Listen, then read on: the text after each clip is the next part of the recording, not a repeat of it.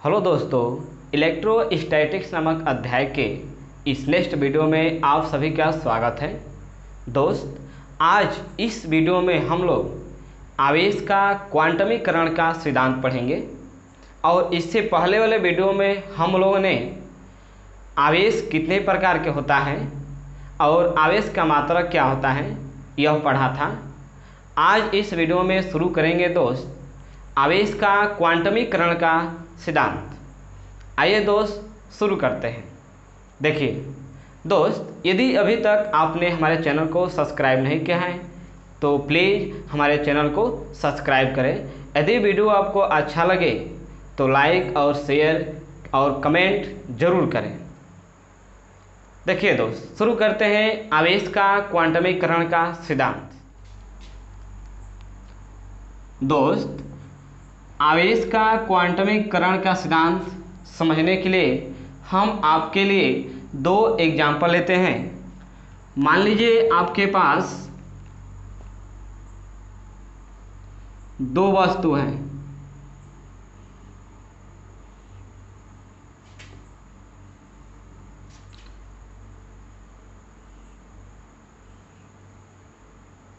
Clear? और हमने पहले वस्तु में ये वस्तु 1 होगा और ये वस्तु 2 होगा। क्लियर? ऑब्जेक्ट हमने दो ऑब्जेक्ट लिया और पहले ऑब्जेक्ट में यह मानकर चल रहे हैं दोस्त कि इस वस्तु में इलेक्ट्रॉन अंदर की तरफ आ रहा है, इलेक्ट्रॉन अंदर आ रहा है, इसलिए इस वस्तु के ऊपर माइनस चार्ज हो जाएगा। क्लियर? हम यह दोस्त मान रहे हैं कि इसमें जो इलेक्ट्रॉन आ रहे हैं उसकी संख्या 1 है। क्लियर? तो 1 इलेक्ट्रॉन आएगा, या 1 के बजाय 2 कर सकते हैं दोस्त, या 3 कर सकते हैं, या 4 कर सकते हैं, या अनंत भी हो सकता है। इसलिए हम जो इलेक्ट्रॉन इसमें ला रहे हैं इसको डिनोट करेंगे n से। माना कि इस वस्तु में हम n इलेक्ट्रॉन को अंदर ला रहे हैं। क्लियर? तो इस पर जो आवेश होगा दोस्त, आवेश, इस पर आवेश माइनस है इसलिए माइनस हो जाएगा। और इलेक्ट्रॉन कितने इसमें आ रहे हैं दोस्त? n, इसलिए n हो जाएगा इनटू यहाँ पर होगा इलेक्ट्रॉन, 1 इलेक्ट्रॉन का आवेश। और दोस्त यहाँ पर हम लिखेंगे 1 इलेक्ट्रॉन का आवेश। और जैसा कि आप जानते हैं 1 इलेक्ट्रॉन का जो आवेश होता है दोस्त 1.6 × 10⁻⁻19 कूलम। क्लियर? यदि इलेक्ट्रॉन अंदर की तरफ आ रहा है तो माइनस लग जाएगा, 1.6 × 10⁻⁻19 कूलम होता है। तो यहाँ पर इस वस्तु पर जो आवेश होगा -n × 1 इलेक्ट्रॉन का आवेश, हम ये मान रखकर आसानी से पता कर सकते हैं कि इस पर कितना आवेश हुआ। क्लियर? अब जो हमारा दूसरा वस्तु है दोस्त, हमने यह मानकर चला कि इस वस्तु से इलेक्ट्रॉन बाहर जा रहा है, मतलब इलेक्ट्रॉनों का दान कर रहा है, और यहाँ पर इलेक्ट्रॉनों का ग्रहण हुआ तो माइनस आया, और यह वस्तु अपने से इलेक्ट्रॉनों को बाहर निकाल रहा है इसलिए इस पर आएगा प्लस। क्लियर? और हम यह मानकर चल रहे हैं दोस्त कि पहली बार यह 1 इलेक्ट्रॉन बाहर निकल रहा है, तो आवेश इसका कितना होगा? आवेश 1 इलेक्ट्रॉन का आवेश कहलाएगा। क्लियर? यदि हम यह मान लें कि 1 के बजाय 2 इलेक्ट्रॉन जाए, 3 इलेक्ट्रॉन निकले, 4 इलेक्ट्रॉन बाहर जाए, इस तरह से हम इलेक्ट्रॉनों की संख्या को n से डिनोट करेंगे। माना कि इस वस्तु से n इलेक्ट्रॉन बाहर निकला, अर्थात इसमें हम n से मल्टीप्लाई कर देंगे, क्योंकि 1 इलेक्ट्रॉन निकलेगा तो 1 इलेक्ट्रॉन का आवेश रखेंगे, 2 इलेक्ट्रॉन निकलेगा तो n के स्थान पर 2 रखेंगे, 3 इलेक्ट्रॉन बाहर जाएगा तो n का मान 3 रखेंगे। इस क्रम में हम इसका मान रखते चले जाएंगे। क्लियर। तो यहाँ पर जो इलेक्ट्रॉन बाहर निकल रहा है दोस्त, तो आवेश कौन सा दे रहा है, प्लस, इसलिए यहाँ पर हम लगा देंगे प्लस। तो इस पर जो आवेश होगा प्लस n इंटू एक इलेक्ट्रॉन का आवेश। क्लियर। अब यदि हम आपसे यह कहें, क्या हम इन वस्तुओं से जो इलेक्ट्रॉन बाहर निकाल रहे हैं कभी भी हम इस क्रम में निकाल सकते हैं, 1/2 या 3/2 या 5/3, क्या हम इस तरह से इलेक्ट्रॉन को बाहर निकाल सकते हैं? तो आंसर इज नो, इस तरह से कभी भी नहीं निकाल सकते हैं। तो जब भी हम इससे इलेक्ट्रॉन बाहर निकालेंगे तो जो इलेक्ट्रॉन का आवेश होगा उसका पूर्ण गुणज को बाहर निकालेंगे। या तो 1 निकाल सकते हैं, या तो 2 निकाल सकते हैं, या तो 3, 4, ऐसे हम क्रम से कोई भी यदि इलेक्ट्रॉन बाहर निकालते हैं तो वह एक उसका पूर्ण गुणज होता है। अर्थात हम n को जब रखना चाहें तो n का मान 1 रख सकते हैं, 2 रख सकते हैं, 3 रख सकते हैं, 4 रख सकते हैं, डैश डैश डैश डैश, इस तरह अनंत बार हम इलेक्ट्रॉनों को बाहर निकाल सकते हैं और n का मान इनमें से कोई भी हम रख सकते हैं। क्लियर। तो टोटल यदि हम आवेश देखें दोनों वस्तुओं के लिए, तो दोनों वस्तुओं के लिए दोस्त हम आवेश लिख सकते हैं प्लस, मतलब कि जिसमें से इलेक्ट्रॉन बाहर जा रहे हैं, और माइनस भी ले लेंगे अर्थात जिसमें इलेक्ट्रॉन अंदर आ रहा है, तो हम आवेश लिख सकते हैं। और आप देखेंगे दोस्त कि दोनों वस्तुओं में इलेक्ट्रॉन एक स्थान से दूसरे स्थान जा रहा है, तो n को हम लोग बोलते हैं स्थानांतरित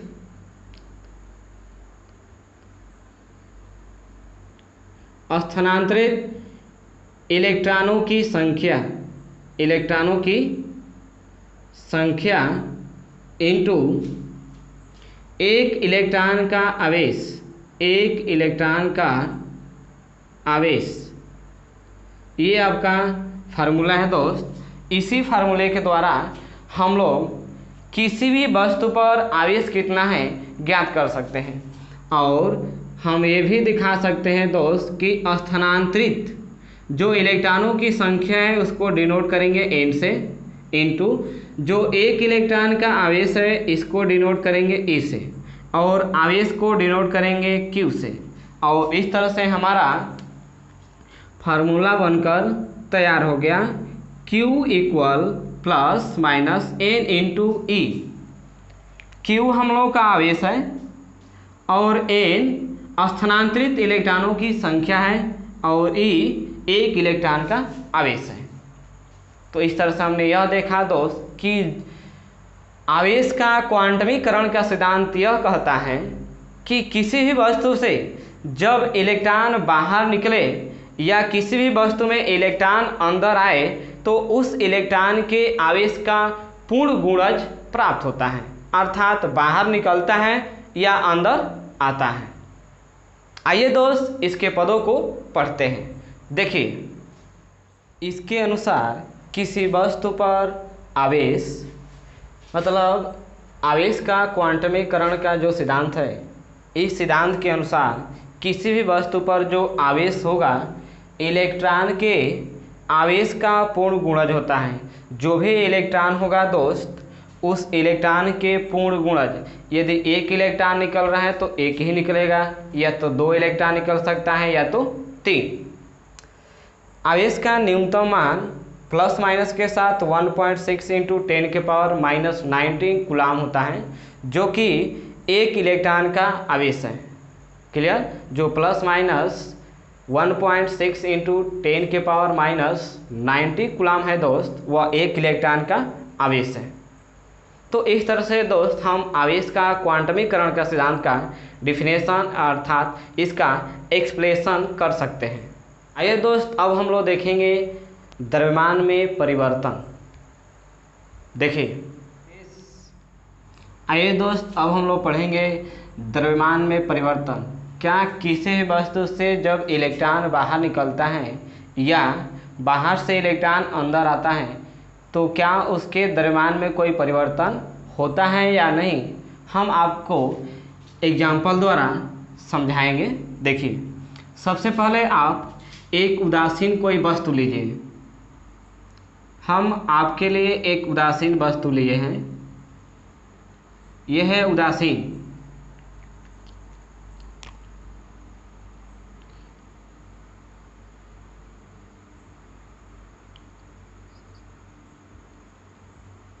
और इस उदासीन वस्तु का जो द्रव्यमान है कैपिटल M है। क्लियर। और अब हम वस्तु में बाहर से इलेक्ट्रॉन को इंटर कराएंगे। तो दोस्त, जैसे ही बाहर से इसमें इलेक्ट्रॉन अंदर की तरफ जाएगा, क्लियर, तो इसमें ऋण आवेश आएगा। तो जैसे ही इसमें वस्तु में आवेश जा रहा है अर्थात इलेक्ट्रॉन, तो इस पर आएगा माइनस। तो इस वस्तु को हम यहाँ बनाएंगे और ये वस्तु बन गया यहाँ पर जिसमें इलेक्ट्रॉन अंदर की तरफ जा रहा है। तो जैसे ही इलेक्ट्रॉन अंदर जाता है, क्लियर, उस समय इस पर आ जाता है आवेश माइनस, क्योंकि इसमें इलेक्ट्रॉन की संख्या का वृद्धि हुआ है। यदि हम यह मानकर चल रहे हैं दोस्त कि पहली बार में हम एक इलेक्ट्रॉन को अंदर करा रहे हैं, तो एक इलेक्ट्रॉन बढ़ेगा, 2 इलेक्ट्रॉन जाएगा तो 2 आ जाएगा, 3 जाएगा तो 3। तो इस तरह से हम यहाँ पर n इलेक्ट्रॉन अंदर की तरफ प्रवेश करा रहे हैं। तो इसमें जो चार्ज होगा, जो आवेश होगा, उस पर आ जाएगा माइनस, क्योंकि इलेक्ट्रॉनों को ग्रहण किया जा रहा है। क्लियर। अब देखिए, जैसे ही इसमें इलेक्ट्रॉन बढ़ेंगे दोस्त, उसके द्रव्यमान में कुछ परिवर्तन होगा। हम यह मानकर चलते हैं कि इस वस्तु का द्रव्यमान अब हो गया m'। क्लियर। अब आगे चलिए, और इस उदासीन से अब हम यह मानकर चल रहे हैं कि इलेक्ट्रॉन बाहर निकल रहे हैं। तो हमने भी इसमें Ne इलेक्ट्रॉन को बाहर निकाला, जिससे इसके द्रव्यमान में कुछ परिवर्तन हुआ। तो इस वस्तु का द्रव्यमान हो गया M'। क्लियर। तो अब बताइए दोस्त, ये हमारा उदासीन वस्तु है, इसमें हमने इलेक्ट्रॉन को प्रवेश कराया तो इलेक्ट्रॉन की संख्या वृद्धि हुई। आज जब वृद्धि हुई तो इस पर आया माइनस। जब इलेक्ट्रॉनों की संख्या में वृद्धि होता है, आवेश जब माइनस होता है, तो उसमें इलेक्ट्रॉनों की संख्या की वृद्धि होती है। आज जब वृद्धि होता है तो एक इलेक्ट्रॉन का जो द्रव्यमान होता है दोस्त, एक इलेक्ट्रॉन का जो द्रव्यमान होता है 9.1 × 10⁻³ kg होता है। तो जैसे ही हम एक इलेक्ट्रॉन अंदर कराएंगे तो एक इलेक्ट्रॉन का द्रव्यमान हमारा इतना होता है। यदि n इलेक्ट्रॉन अंदर जाएगा तो हमारा द्रव्यमान n गुना बढ़ता जाएगा। क्लियर। और हमने आपको बताया कि यहाँ से इलेक्ट्रॉन अंदर की तरफ जा रहा है, इसका मतलब यह कि इस वस्तु पर ऋण आवेश होगा, ऋण आवेश। क्लियर। और यहाँ से हमारा इलेक्ट्रॉन बाहर निकल रहा है, मतलब कि इस वस्तु पर प्लस चार्ज होगा, जिसको हम लोग बोलेंगे धनावेश। क्लियर। तो यहाँ से इलेक्ट्रॉन बाहर निकल रहा है, एक इलेक्ट्रॉन का द्रव्यमान इतना है, तो एक इलेक्ट्रॉन बाहर जाएगा तो इतना की कमी होगा। यदि 2 इलेक्ट्रॉन जाए तो 2 गुना की कमी होगा, 3 इलेक्ट्रॉन निकले तो 3 गुना कमी होगा। तो इसका मतलब यह दोस्त कि यह जो वस्तु है, इसमें हम इलेक्ट्रॉन को प्रवेश करा है तो इसकी तुलना में इसका द्रव्यमान बढ़ जाता है। और जैसे ही हम उस वस्तु से इलेक्ट्रॉन को बाहर निकलते हैं तो हमारा द्रव्यमान कम हो जाता है, क्योंकि इलेक्ट्रॉनों की संख्या क्या होती है, कम होती है। क्लियर। तो हम यह कह सकते हैं जब किसी वस्तु पर ऋणावेश होता है, इसका मतलब कि उसके द्रव्यमान में वृद्धि होता है, और जब किसी वस्तु पर धनावेश होता है, इसका मतलब कि उसके द्रव्यमान में कमी होता है। आइए दोस्त, अब हम लोग देखेंगे कि जब इसमें वृद्धि हो रहा है द्रव्यमान में तो देखेंगे कि इसमें कितना वृद्धि हुआ, और इसमें जब कमी हो रहा है तो देखेंगे कितना कमी होगा। देखिए, पहले नंबर में द्रव्यमान में वृद्धि, इसमें वृद्धि हुआ है और कितना हुआ है, n इलेक्ट्रॉन अंदर गया और 1 इलेक्ट्रॉन का जो द्रव्यमान होता है आपका 9.1 × 10⁻³ kg होता है, तो इतना हम दर्शा सकते हैं। तो इस वस्तु में हमारा जो इलेक्ट्रॉन अंदर जाने से उसके द्रव्यमान में जो वृद्धि हुआ है वह हुआ है n × 1 इलेक्ट्रॉन का द्रव्यमान। क्लियर। और दूसरे जो वस्तु है जिससे इलेक्ट्रॉन बाहर निकल रहा है दोस्त, उसमें इलेक्ट्रॉन में उसके द्रव्यमान में कमी हुआ है, तो यहाँ लिखेंगे द्रव्यमान में कमी, अर्थात इसको हानि लिखेंगे। क्लियर। वह कितना हानि हुआ है, n इलेक्ट्रॉन बाहर निकला और 1 इलेक्ट्रॉन का द्रव्यमान, इतना इसमें क्या हुआ दोस्त, कमी हुआ। अब देखेंगे कि द्रव्यमान में परिवर्तन कितना हुआ, अर्थात अंतर, तो यहाँ लिखेंगे द्रव्यमान में अंतर। क्लियर। प्लस माइनस ले लेंगे क्योंकि दोनों वस्तुओं के लिए होगा, धनावेश और ऋणावेश के लिए। इसमें स्थानांतरित इलेक्ट्रॉनों की संख्या, स्थानांतरित इलेक्ट्रॉनों की संख्या इंटू 1 इलेक्ट्रॉन का द्रव्यमान, 1 इलेक्ट्रॉन का द्रव्यमान, इतना हमारा कमी हो गया दोस्त, अंतर हुआ द्रव्यमान में। क्लियर। और हम द्रव्यमान को डिनोट करेंगे डेल्टा m से, और प्लस माइनस स्थानांतरित इलेक्ट्रॉनों की संख्या को डिनोट करेंगे n से, और 1 इलेक्ट्रॉन का जो द्रव्यमान होगा इसको प्रदर्शित करेंगे me से। इसका मतलब कि 1 इलेक्ट्रॉन का द्रव्यमान जिसका मान होता है दोस्त 9.1 × 10⁻³ kg। क्लियर। अब आप बताएंगे कि इनमें सबसे ज़्यादा द्रव्यमान किसका होगा, ऋणावेशित वस्तु का, उदासीन वस्तु का, या धनावेशित वस्तु का। आप देख पाएंगे दोस्त कि इसमें इलेक्ट्रॉनों की संख्या ज़्यादा है तो इसका द्रव्यमान क्या होगा, ज़्यादा होगा। इसमें थोड़ा कम है तो इसका थोड़ा कम होगा, उससे कम इसमें इलेक्ट्रॉन ज़्यादा कम हुआ है इसलिए इसका द्रव्यमान और कम होगा। तो हमारा सबसे ज़्यादा द्रव्यमान होगा m' का, उससे थोड़ा कम होगा m का, और सबसे कम होगा m" का। क्लियर। ये पैटर्न आप समझिए कि जिसमें से इलेक्ट्रॉन बाहर निकलेगा उसका द्रव्यमान कम होगा, और जिसमें इलेक्ट्रॉन प्रवेश करेगा इसका मतलब उसका द्रव्यमान सबसे ज़्यादा होगा। क्लियर। आइए दोस्त इसके पदों को पढ़ते हैं। देखिए, ऋणावेशित वस्तु का द्रव्यमान, जो ऋणावेशित वस्तु है दोस्त इसका द्रव्यमान उदासीन वस्तु से अधिक होता है। जो उदासीन वस्तु है इससे इसका द्रव्यमान अधिक होता है क्योंकि इलेक्ट्रॉनों की संख्या इसमें ज़्यादा होती है। फिर धनावेशित वस्तु का द्रव्यमान, धनावेशित वस्तु का द्रव्यमान उदासीन वस्तु से कम होता है। उदासीन जो वस्तु होता है उससे कम होता है क्योंकि इसमें इलेक्ट्रॉनों की संख्या कम होती है, इसलिए धनावेशित वस्तु का जो द्रव्यमान होता है वह होता है कम। क्लियर। दोस्त इस वीडियो में आज केवल इतना ही। आने वाला जो नेक्स्ट वीडियो है दोस्त उसमें हम पढ़ेंगे आवेश संरक्षण का सिद्धांत। यह वीडियो आपको कैसा लगा नीचे दिए गए कमेंट बॉक्स में ज़रूर बताएं।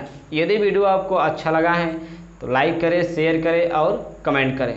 और यदि अभी तक हमारे चैनल को आपने सब्सक्राइब नहीं किया है तो प्लीज़ हमारे चैनल को सब्सक्राइब करें। So guys, thanks for watching video, press the bell icon for notification. Thank you.